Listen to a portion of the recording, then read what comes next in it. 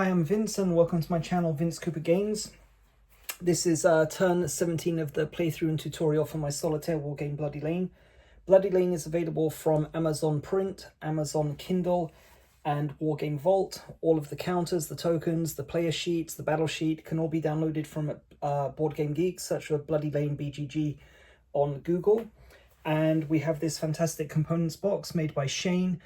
This is available from Game Crafter. You get the professional made counters, tokens, and the mounted game board. So let's get into the game. Let me just give you a little bit of a summary of what's going on. Things are not looking great at all because I have lost a lot of the mini ball, a lot of the ammunition here on the right flank.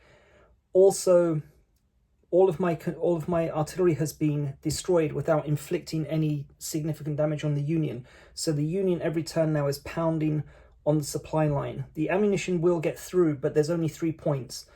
We're also on to wave 4 here. So I don't think the Union are going to be able to break through and shatter any of my Confederate regiments. Once they're shattered, they move into that defense position and the game ends immediately. But I do need, there is a second victory condition, which is that I'm playing on the regular level, which means to get a draw, I need to destroy 8 Union regiments, and 9 is a minor victory, 10 or more is a major victory.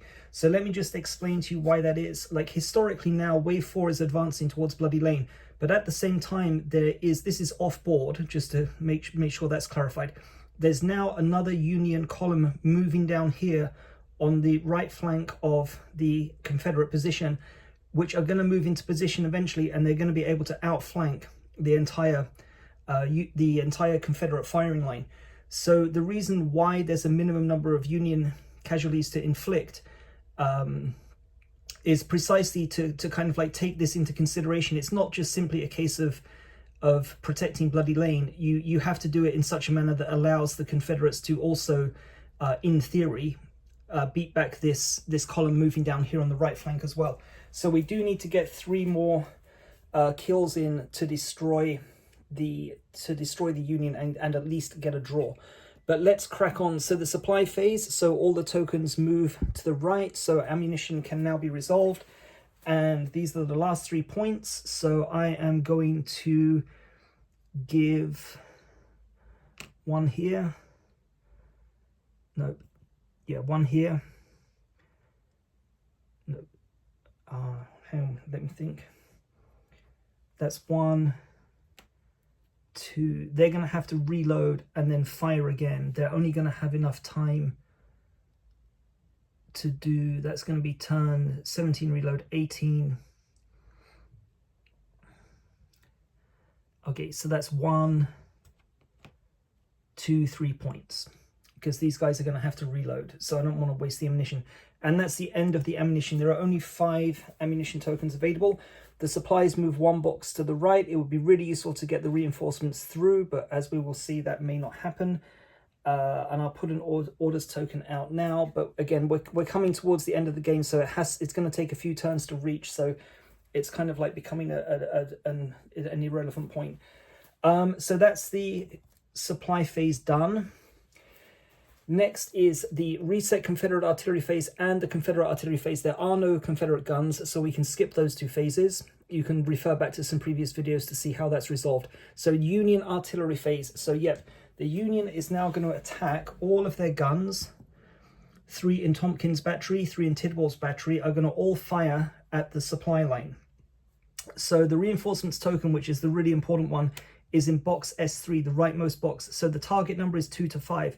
If the reinforcements token is destroyed, they will target the orders token in the middle box S2. Target number will be 2. This orders token is has a dash, so it can't actually be targeted. So we're going to go, as always, we're going to do 3 attacks. We're going to do red, green, and blue. So this is the order of that the hits will be applied if there are any hits. And we get. Oh, we made it. Okay, so the red is a 9, the green is a 7, and the blue is a 7. Remember, target number is 2 to 5. So 3 more attacks from Tidwell. So Fingers crossed, guys. Okay, so same thing, red, green, blue. And that failed straight away. Okay, so the red is a hit, so target number is 2 to 5, result is a 4, reinforcements are destroyed.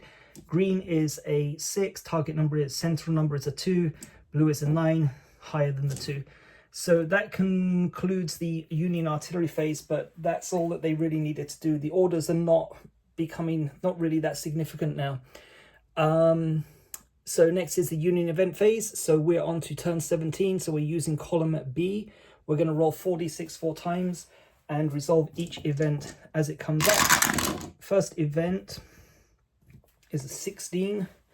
16 is a light fire, but we already resolved it, so we go to the next higher numbered box, which is going to be a heavy fire. This is 17. So what we do not want, and I'm tempting fate when I'm saying this, because 90% of the time this is exactly what will happen. We do not want any random hits coming here on the 30th North Carolina. Okay, at the moment they have an advantage over the 29th Massachusetts, but there's still a few turns left. So any hits here are most unwelcome. So heavy fire is a 1 or 2 for a hit. We get a 2, and the target is going to be 1, 2, 3, 4, 5. 6 is a reroll. We get a, that was close. Okay, so that's a 4. So 4th North Carolina are going to suffer -1 cohesion, so they're down to 3. Second Union event is going to be a 13. Column B, reform. So write the turn number in the column. So reform gives a free cohesion check to every Union regiment that is not at its maximum cohesion. So that's this guys, these guys, these guys, these guys. So we're going to roll 1d6, compare it to the current cohesion. If the result is equal or less, +1 cohesion. So 8 or higher, first of all, we get a 1. Actually, that's not... We kind of want them to charge. So, yeah, not the 8th or higher, though. We want these guys here to charge because we don't have enough ammunition to fire on them. But there we go. Okay, 14th Indiana. 6 is a fail. 7th West Virginia, 1 or 2, 2. So, yeah, this is not looking good. So they're back up to their maximum cohesion of 3. Who else? Okay, so 132nd Pennsylvania. 6 is a miss. 130th Pennsylvania. 2 is a miss. So they remain flipped. Okay, that's 2 Union events resolved. Next one is going to be a 14. 14 is a light fire event, so roll 1d6. 1 will be a hit on a random... Oh, not 14. Turn number 17. Okay, so that's going to be 1d6. 1 is a hit on a random Confederate target, and we get a 6, so that's a miss. And 4th and final Union event for this turn. What's that? 12, 17, 20. Oh no, it's another reform event. Okay. 17. So again, reform is 1d6. Cohesion check, equal or lower to the current cohesion is +1 cohesion. So 8th or higher, first of all. 6 is a fail. 14th Indiana. So that's a 1. That's back up to 2. 132nd Pennsylvania. It doesn't, at this point in the game, it doesn't matter if they succeed or not, but let's go through it. 2 is a fail, and 130th Pennsylvania. Well, there you go. Not a good turn for me. Not a good Union event turn. Okay, they'll flip at the end of the turn. We'll explain that a little bit later. Okay, so that's the end of the Union event phase. Okay, I'll just take a little pause and we'll come back for the Union action phase in a second.